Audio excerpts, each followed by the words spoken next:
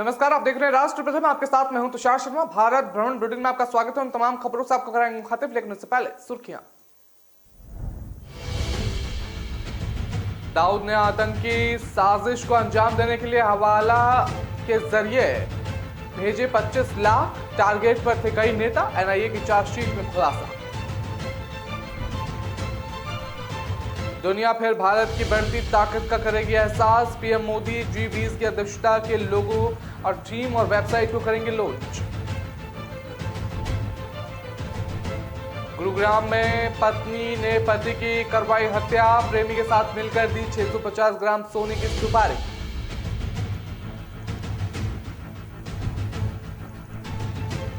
जहानाबाद में कार्तिक पूर्णिमा पर स्नान के दौरान हादसा। बौखर में डूबने से 2 चचेरी बहनों की हुई मौत। पटना में इंडियन ऑयल डिपो के आसपास के परिसर में लगी भीषण आग। दमकल विभाग मौके पर पहुंचा। आग पर पाया तुरंत प्रभाव से काबू। अब खबरें जानेंगे विस्तार से। आपको बता दें कि राष्ट्रीय जांच एजेंसी यानी कि एनआईए ने टेरर फंडिंग को लेकर अपनी चार्जशीट में बड़ा खुलासा किया। एनआईए ने अपनी चार्जशीट में बताया कि कैसे दाऊद इब्राहिम देश में पैसे हवाला के जरिए भेजता था ताकि यहां सारी आतंकवादी गतिविधियों का अंजाम दिया जा सके। अंडरवर्ल्ड डॉन दाऊद इब्राहिम ने आतंकी साजिश को अंजाम देने के लिए मुंबई में हवाला के जरिए 25 लाख रुपए भेजे थे। मुंबई में आतंकवादी गतिविधियों को अंजाम देने और बड़ी घटनाओं करने के लिए दाऊद इब्राहिम और उसके करीबी छोटा शकील ने पाकिस्तान से दुबई के रास्ते 25 लाख रुपए भेजे। एनआईए की चार्जशीट के मुताबिक ये पैसा भारत से सूरत के लिए आया था और बाद में मुंबई पहुंचा। हवाला के जरिए इस पैसे को आरिफ शेख और शब्बीर शेख तक पहुंचाया गया था। चार्जशीट में यहां तक कहा गया है कि 4 सालों में हवाला के जरिए लगभग 12 से 13 करोड़ रुपए टेरर फंडिंग के लिए भारत में भेजे गए थे। एनआईए ने अपने चार्जशीट में बताया जो 25 लाख रुपए पाकिस्तान से भारत लाया गया था उसे आतंकवादी गतिविधियों का अंजाम देने के लिए भेजे गए थे। एनआईए ने दावा किया है कि शब्बीर ने 5 लाख रुपए रखे हुए थे, बाकी आरिफ को एक गवाह के सामने दिए गए थे। एनआईए ने कहा कि उसने 9 मई 2022 को उनके घर की तलाशी के दौरान शब्बीर से 5 लाख रुपए बरामद किए थे। एनआईए को अपनी जांच के दौरान यह भी पता चला है कि राशिद मरफानी उर्फ राशिद भाई दुबई में वांटेड गैंगस्टर दाऊद इब्राहिम और छोटा भाई शकील के पैसों को हवाला के जरिए भारत में भेजने का काम देखता था। एनआईए की चार्जशीट में दाऊद, शकील और उसके साले सलीम फ्रूट, आरिफ शेख और शब्बीर शेख को नामजद किया गया। एनआईए ने सालिम फ्रूट, आरिफ शेख और शब्बीर शेख को छापेमारी के बाद गिरफ्तार कर लिया गया है। फिलहाल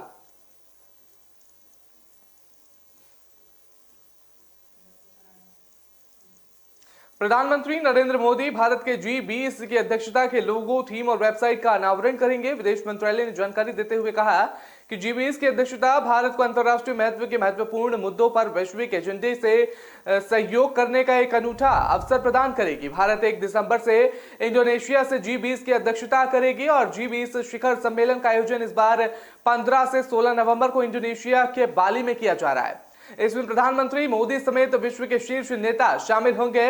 विदेश मंत्रालय की ओर से दी गई जानकारी के मुताबिक आपको बता दें कि प्रधानमंत्री नरेंद्र मोदी आज 4:30 बजे वीडियो कॉन्फ्रेंसिंग के जरिए भारत की G20 की अध्यक्षता के लोगो, थीम और वेबसाइट को लॉन्च करेंगे।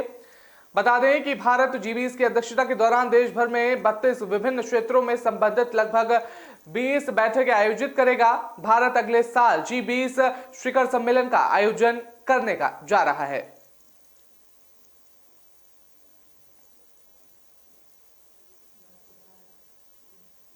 दिल्ली से सटे गुरुग्राम में एक हैरान कर देने वाली वारदात सामने आई है, जहां पर एक पत्नी ने अपने ही पति के प्रेमी के साथ मिलकर हत्या करवा दी। इसके लिए उसने हत्यारे को 650 ग्राम सोने की सुपारी दी थी। जिस पर शख्स की हत्या हुई है वो एक प्रॉपर्टी डीलर था और इस प्रॉपर्टी डीलर की पहचान धर्मेश नाम के रूप में की गई है और इसकी उम्र 42 साल बताई जा रही है। पुलिस के मुताबिक धर्मेश की पत्नी की नजर उसकी प्रॉपर्टी पर थी और जिसकी वजह से हत्या को अंजाम दिया गया। फिलहाल मोहम्मदीन नाम के शख्स को गिरफ्तार कर लिया गया है। साथ ही धर्मेश की पत्नी ने कबूल किया है कि उसने अपने प्रेमी बबलू खान के साथ मिलकर उसकी हत्या की साजिश को अंजाम दिया। बाद में अपने प्रेमी बबलू खान के साथ शादी करने का प्लान बनाया हुआ था। हालांकि पुलिस ने अभी बबलू खान को पकड़ नहीं पाई है और वो मौके से फरार बताया जा रहा है। धर्मेश की पत्नी ने पुलिस को यह भी बताया है कि पत्नी हत्या से पहले उसने बबलू खान को 650 ग्राम सोना दिया था ताकि अपने पति की हत्या के बाद बबलू खान से शादी कर सके। पुलिस के मुताबिक एक बड़ी बात यह सामने आई है कि गिरफ्तार हुए धर्मेश की पत्नी नीतू और मोहम्मद दीन दोनों ही उत्तर प्रदेश के संभल के रहने वाले बताए जा रहे हैं। फिलहाल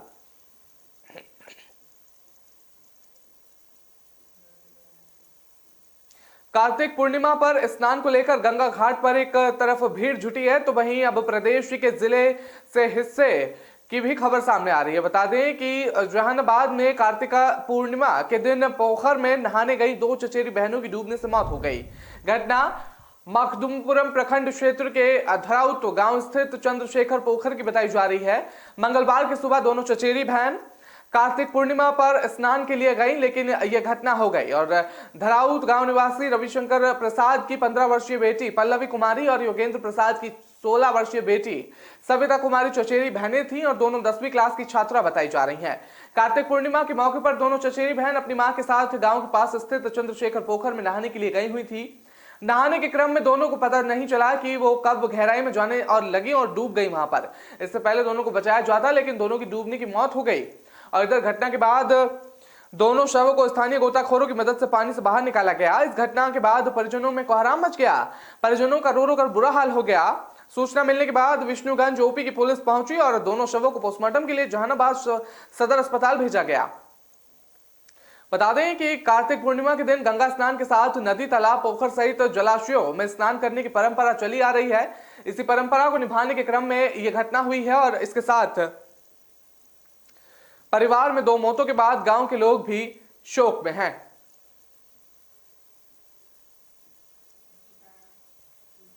गर्मी का मौसम जाने के बाद भी आग लगने की घटनाएं कम नहीं हो रही हैं। देश के अलग अलग हिस्सों से हर दिन आग लगने की घटनाएं सामने आ रही हैं। कहीं इसी वजह लापरवाही तो कहीं शॉर्ट सर्किट बन रही है। और बिहार के पटना से सपरा में इंडियन ऑयल डिपो के आसपास के परिसर में देर रात भीषण आग लग गई। इसकी सूचना तुरंत दमकल विभाग को दी गई। सूचना मिलते ही टीम घटनास्थल पर पहुंच गई। मौके पर फायर ब्रिगेड की 11 गाड़ियां पहुंची और आग बुझाने के काम में जुट गई।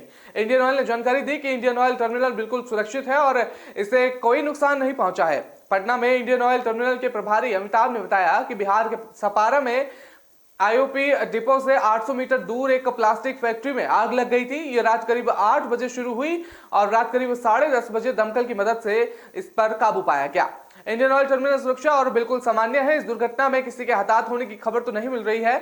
आग लगने के कारणों का अभी पता नहीं चल पाया। फिलहाल अधिक जानकारी की प्रतीक्षा है। और बता दें कि जिस क्षेत्र में आग लगी है वहां आसपास काफी संख्या में लोग रहते हैं और आग से आसपास की बस्तियों में रहने वाले लोगों में हड़कंप मचा हुआ है। लोग इधर से उधर भागने में लगे हुए हैं। काफी लोग घटनास्थल के आसपास भी इकट्ठे हो गए थे उस दौरान।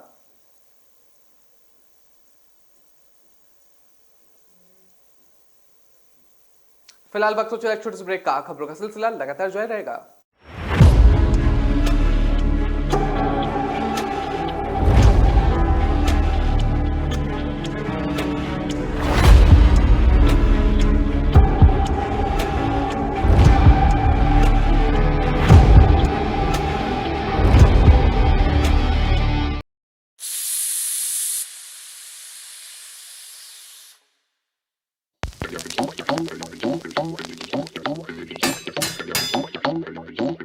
भिगोना पड़ेगा, उबालना पड़ेगा, पर कौन बोला?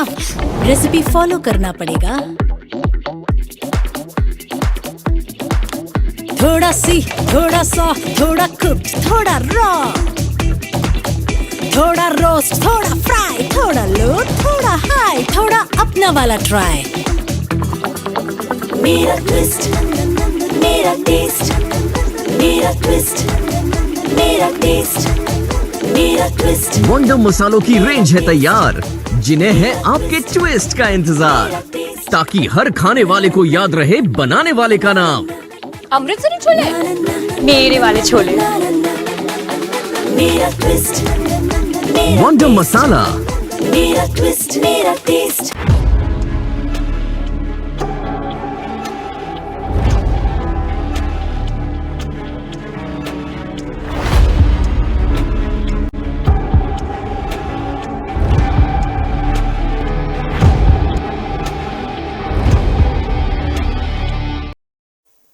ब्रेक के में आपका स्वागत है। रुक करते हैं अगली खबर का। आपको बता दें कि दिल्ली नगर निगम के चुनाव की तारीख की घोषणा के साथ ही राजनीतिक पार्टियां प्रचार और आउटरीच कार्यक्रमों के लिए कमर कस रही हैं। इसी क्रम में दिल्ली के बीजेपी नेता मनोज तिवारी ने एक कैंपेन स्लोगन बीजेपी का मतलब सेवा है, दिल्ली का सेवक बनाए रखना रिकॉर्ड किया है। बीजेपी सांसद मनोज तिवारी ने कहा कि मैंने इन वर्षों में बीजेपी द्वारा किए गए सभी कामों को गाने में शामिल करने की कोशिश की है। हम जनता के सेवक हैं और हम सेवा करते हैं। हम इस गाने को आपके झूठे वादों के विपरीत यमुना की सफाई और पीने के साफ पानी और अन्य सभी चीजों के विपरीत किया गया है। उन्होंने कहा है कि हमने काम अधिक और प्रचार किया है। बता दें कि तिवारी ने कहा यह गाना लोगों को ये याद रखने में मदद कराएगा कि उनके साथ कौन था और उनके लिए क्या काम किया। गाने के क्रिएटिव डायरेक्टर नीलकंठ बख्शी ने कहा सभी ओपन जिम और झूले दिल्ली सरकार नहीं और एमसीडी द्वारा लगाए गए हैं। और बता दें कि हम हमेशा जनता के पास होते हैं और चाहे वो कोविड का समय हो या फिर टीकाकरण के दौरान मदद या कुछ भी, बीजेपी हमेशा लोगों की सेवा करने की राह पर है। और दिल्ली एमसीडी चुनाव के लिए नामांकन दाखिल करने की प्रक्रिया शुरू हो चुकी है। नामांकन दाखिल करने की अंतिम तारीख 14 नवंबर बताई जा रही है और नामांकन प्रक्रिया के लिए दिल्ली चुनाव आयोग ने 68 रिटर्निंग ऑफिसर नियुक्त किए हैं। इसके साथ ही 11 जिलों के डीएम को डिस्ट्रिक्ट इलेक्शन ऑफिसर बनाया गया है। गौरतलब है कि एमसीडी के लिए 4 दिसंबर को मतदान होगा और 7 दिसंबर को नतीजे आएंगे।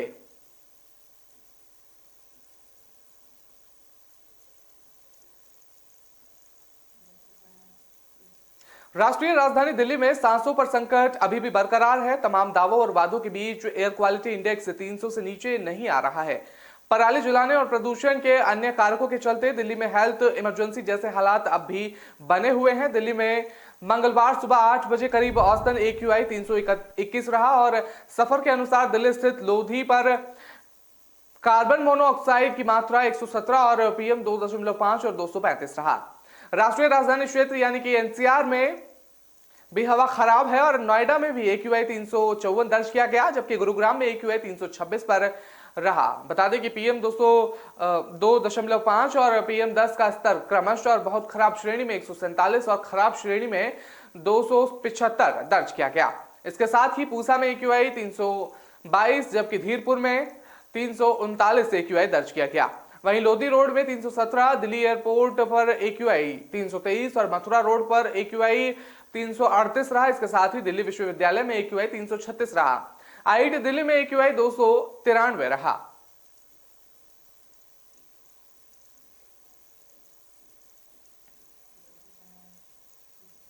मध्य प्रदेश में विधानसभा चुनाव 2023 में प्रदेश की सत्ता में काबिज होने के लिए कांग्रेस से तेजी से जमीनी स्तर पर काम कर रही है। जनता के बीच पहुंचने के लिए प्रदेश कांग्रेस ने गांधीवादी रास्ता चुना है। इसके लिए कांग्रेस द्वारा गांधी जयंती 2 अक्टूबर से गांधी चौपाल की शुरुआत की गई है। सवा महीने के अंतराल में अब तक मध्य प्रदेश में अलग अलग जिले गांव के 7,000 से अधिक गांधी चौपालों का आयोजन किया जा चुका है। वहीं गांधी चौपाल में कांग्रेस के बड़े नेता शामिल होकर जनता से रूबरू हो रहे हैं। इसी के साथ 15 नवंबर को छिंदवाड़ा में शिकारपुर में गांधी चौपाल का आयोजन किया जाएगा। इसमें खुद PCC चीफ और पूर्व मुख्यमंत्री कमलनाथ शामिल होकर लोगों की समस्याओं से अवगत होंगे।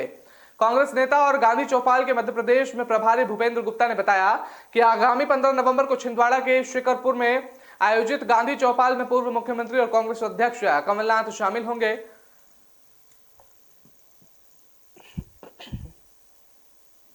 बता दें कि छिंदवाड़ा जिले में एक ही दिन में एक साथ अलग अलग समावेशों द्वारा 54 गांधी चौपाल लगाने का रिकॉर्ड कायम किया गया। भूपेंद्र गुप्ता ने यह भी बताया कि मध्य प्रदेश में ग्वालियर, निवाड़ी, सतना, रीवा, सिंगरौली, इंदौर, सागर, सीधी, टीकमगढ़, भिंड, मुरैना, खंडवा आदि जिलों में सर्वाधिक चौपालें आयोजित हुई। भूपेंद्र गुप्ता ने बताया कि गांधी चौपालों में ग्रामीण आप बीती सुन रहे हैं और बता दें कि समस्या बताते बताते लोगों की आंखों में आंसू आ रहे हैं कि वो किस तरह से बहरहाल और बदहाल हालातों में जी रहे हैं। और चौपालों के माध्यम से जो जानकारियां सामने आ रही हैं वो चौंकाने वाली आ रही हैं। बता दें कि कई जिलों में टापुओं पर नागरिक बसाहटे हैं और गांव जाने के लिए नाव से जाना पड़ता है और नाव से उतरने के बाद भी 2-2 किलोमीटर ऊपर पहाड़ चढ़ना पड़ता है। प्रदेश के ज्यादातर सीमावर्ती इलाके पलायन की समस्या से ग्रसित हैं और कई गांवों में बुजुर्ग महिला के अलावा कोई भी नहीं मिलता। सारे पुरुष गुजरात, उत्तर प्रदेश, दिल्ली, मुंबई काम की तलाश में पलायन कर चुके हैं।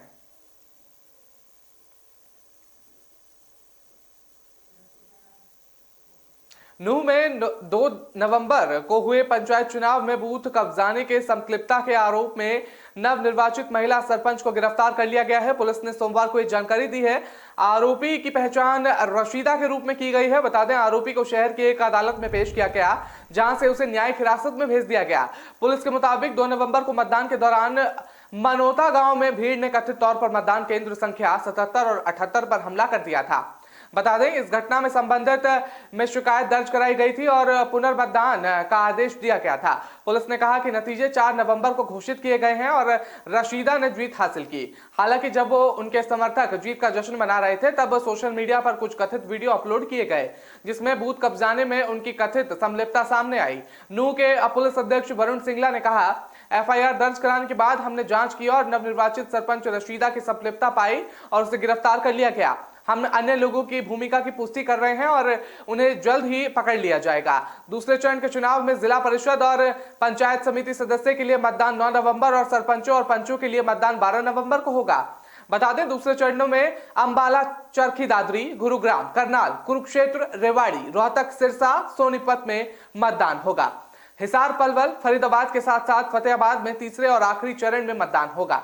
इन जिलों में जिला परिषद और पंचायत समिति के सदस्य के चुनाव के लिए मतदान 22 नवंबर को, जबकि सरपंच और पंचों के चुनावों के लिए मतदान 25 नवंबर को किया जाएगा।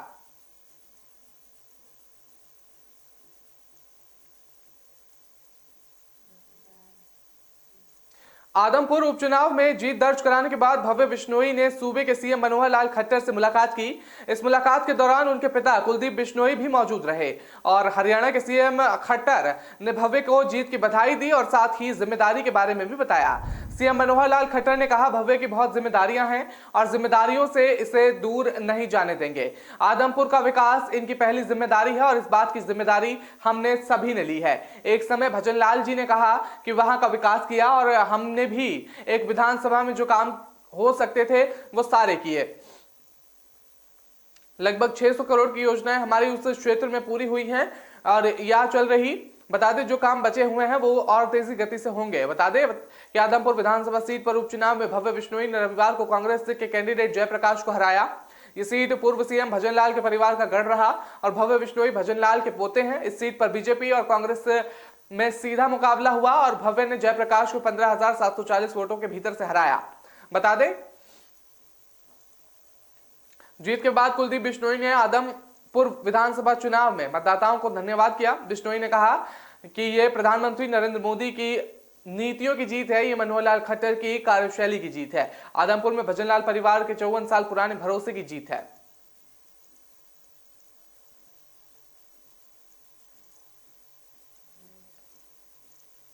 फिलहाल वक्त चला एक छोटे से ब्रेक का। खबरों का सिलसिला लगातार जारी रहेगा।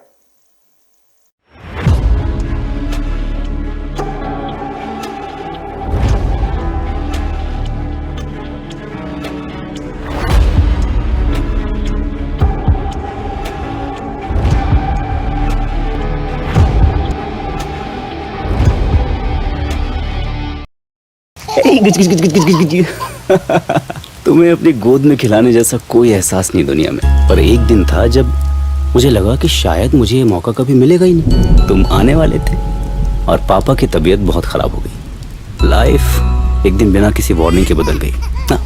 You want to sleep? Okay okay okay, सो जा सो जा। पता है, बहुत डर गया था मैं। तुम दोनों अकेले थे। अगर मुझे कुछ हो जाता तो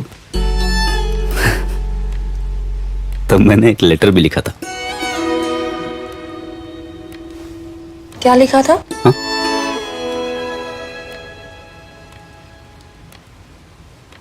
लिखा था कि मैं अभी तक तुमसे मिला भी नहीं हूं और I love you so much already. मैं तुम्हें बड़ा होते हुए देखना चाहता था। लाइफ का शायद कोई और ही प्लान था। अरे, तुम दोनों को कभी मेरी कमी महसूस ना हो, इसलिए मैंने सब कुछ प्लान कर लिया है। लाइफ कब और कैसे बदल जाए ये किसी को नहीं पता, इसलिए अपनों का फ्यूचर आज ही सिक्योर करें। HDFC लाइफ टर्म प्लान्स के साथ। HDFC लाइफ, सर उठा के जियो।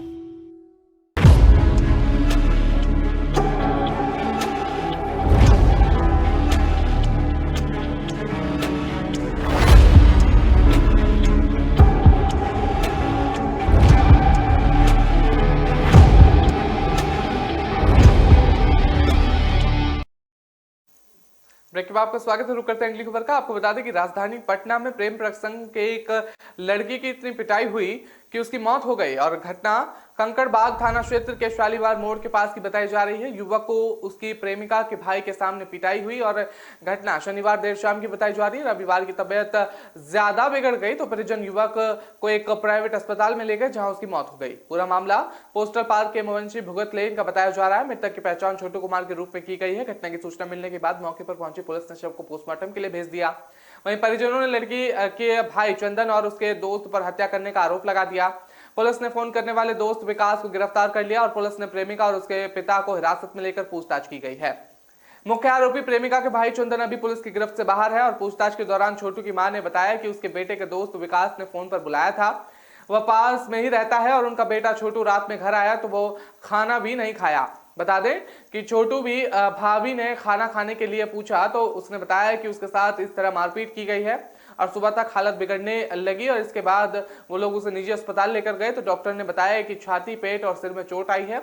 इलाज के दौरान कुछ ही घंटों में रविवार की शाम छोटू की मौत हो गई।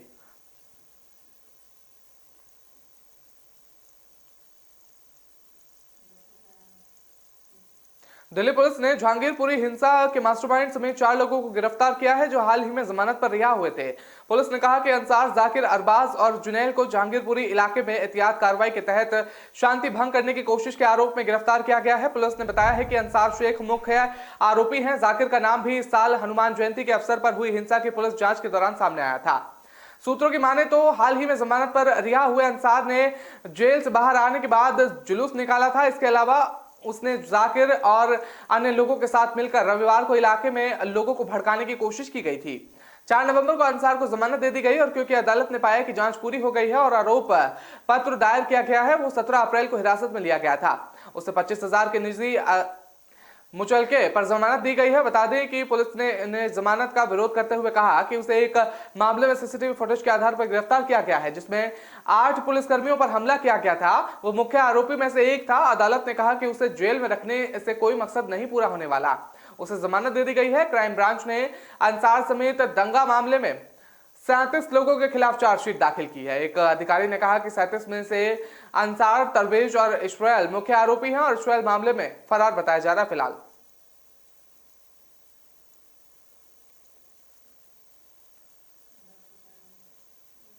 महानगर में छोटी मोटी बातों पर बड़े विवाद हो जाना कोई बड़ी बात नहीं है। बता दें कई बार तो बहुत मामूली बात पर लोग एक दूसरे की जान तक लेने पर उतारू हो जाते हैं। इस तरह की घटनाओं में कई लोगों की जान भी चली जाती है और बावजूद इसके ये अपराधी सुधरने का नाम नहीं ले रहे हैं। इसकी वजह चाहे जो भी हो लेकिन ये हैरान और चिंतित करने वाली बात है। आए दिन ऐसी घटनाएं होती रहती हैं कि ऐसा ही एक मामला राष्ट्रीय राजधानी दिल्ली में सामने आया। यहाँ एक शख्स ने इतनी छोटी बात पर गोली चला दी जिसे सुनकर आप शायद विश्वास नहीं करेंगे। इस गोली का शिकार बन गया एक छोटा बच्चा। घटना दिल्ली के कांचावाला इलाके की बताई जा रही है। घटना मीर विहार इलाके के शनिवार हुई है और यहाँ एक शख्स ने ट्रैक्टर की आवाज से अपनी भैंस बिदकने की वजह से गोली चला दी। ये गोली 12 साल के बच्चे को जाकर लग गई जिसकी हालत गंभीर बताई जा रही है। अभी उसे अस्पताल में इलाज के लिए भर्ती कराया गया। ट्रैक्टर की आवाज से भैंस बिदकने से वो इतना नाराज हो गया कि उसने अपना आपा खो दिया और गुस्से में आकर फायर कर दिया। घटना के बाद आरोपी मौके से फरार बताया जा रहा है। पुलिस ने मामला दर्ज कर उसकी तलाश में जुट गई है। फिलहाल पुलिस उसकी तलाश के लिए जगह जगह दबिश दे रही है। पुलिस इस बात का इंतजार कर रही है कि बच्चा ठीक हो जाए तो उसका भी बयान दर्ज कर लिया जाए।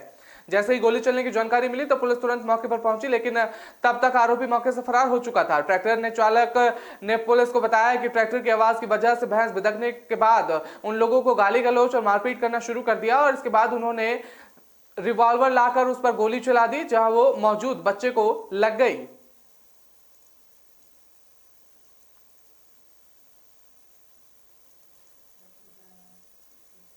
देश की दूसरी सबसे बड़ी रिंग रोड का भूमि पूजन जबलपुर में हुआ और बता दें कि 3500 करोड़ की लागत से 112 किलोमीटर लंबी रिंग रोड जबलपुर में बनाई जा रही है। केंद्रीय भूतल परिवहन मंत्री नितिन गडकरी और मुख्यमंत्री शिवराज सिंह चौहान द्वारा जबलपुर और मंडला जिले में 5,315 करोड़ रुपए की लागत से कुल 543 किलोमीटर लंबी 13 सड़क परियोजनाओं को शिलान्यास और लोकार्पण किया गया। मुख्यमंत्री शिवराज सिंह चौहान ने सभी कार्यक्रमों की समीक्षा करते हुए कहा कि प्रदेश में विभिन्न सड़कें निर्माण तेजी से पूरे हो रहे हैं। राज्य सरकार और केंद्र सरकार की ओर से विभिन्न योजनाओं में उनके अनेक मार्ग स्वीकृति हुए हैं और अनेक पूर्ण हो चुके हैं। इससे प्रदेश का पर्यटन महत्व भी बढ़ रहा है। प्रदेश के अभ्यारण्यों और राष्ट्रीय उद्यानों के अलावा ऐतिहासिक और आध्यात्मिक धरोहर से परिचित होने से देश विदेश से सैलानी पहुंच रहे हैं। यहां सड़क क्रांति मध्य प्रदेश के महत्व और गौरव को बढ़ाएगी। इस क्रम में बता दें कि 7 नवंबर मंडला और जबलपुर जिले में 5,315 करोड़ रुपए की लागत से कुल 543 किलोमीटर लंबी 13 सड़कों परियोजनाओं को शिलान्यास और लोकार्पण किया गया। इसमें जबलपुर रिंग रोड के प्रथम चरण को शामिल किया गया। मुख्यमंत्री शिवराज सिंह चौहान ने इन कार्यक्रमों की तैयारी की समीक्षा की। बैठक में मुख्य सचिव इकबाल सिंह बैंस सहित संबंधित विभागों के वरिष्ठ अधिकारी इसमें मौजूद रहे थे।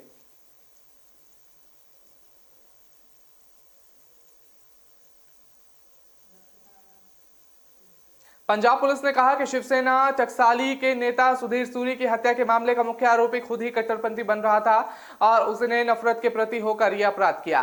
साथ ही पुलिस ने कहा कि मामले की तफ्तीश के लिए एक विशेष जांच दल यानी कि एसआईटी गठित किया गया है। एसआईटी की निगरानी अतिरिक्त पुलिस महानिदेशक RN ढाके जबकि नेतृत्व पुलिस उपायुक्त जगजीत वालिया करेंगे। पुलिस आयुक्त अरुण पाल सिंह ने मीडिया से बातचीत में सिटी 2 और सिटी 3 के अतिरिक्त डीसीपी, गैंगस्टर रोधर कार्यबल के प्रभारी और अपराध जांच एजेंसी के प्रभारी आईटी सदस्य है। उन्होंने कहा कि अब तक की गई जांच के अनुसार आरोपी संदीप सिंह के फेसबुक और अन्य सोशल मीडिया के माध्यम से खुद ही कट्टरपंथी बनकर नफरत से प्रेरित अपराध किया।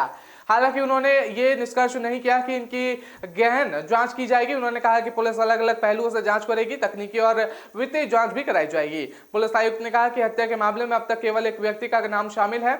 उल्लेखनीय है कि सुधीर सूरी कथित तौर पर सड़क के किनारे हिंदू देवी देवताओं की कुछ टूटी हुई मूर्तियां पाए जाने के बाहर शहर के सबसे व्यस्त स्थानों में से एक मजीठा रोड पर गोपाल मंदिर प्रबंधक के विरोध प्रदर्शन में हिस्सा ले रहे थे। इस दौरान उन्हें 5 गोलियां मार दी गई और रविवार को ये दुर्गुने शिवपुरी शमशान घाट में उनका अंतिम संस्कार किया गया, जिसमें सैकड़ों लोग शामिल हुए।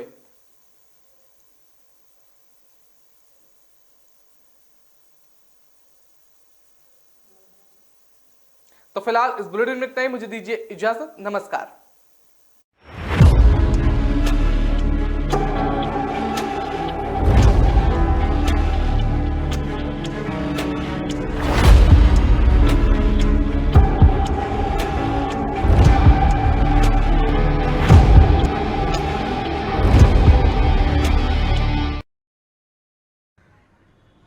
कौन सी दुकान से?